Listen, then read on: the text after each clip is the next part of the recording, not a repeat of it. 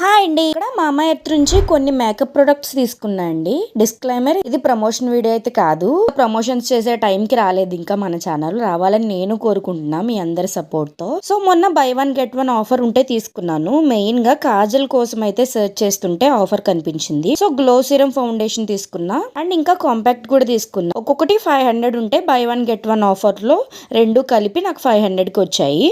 So next Kajal ఇంకా lipstick తీసుకున్నా.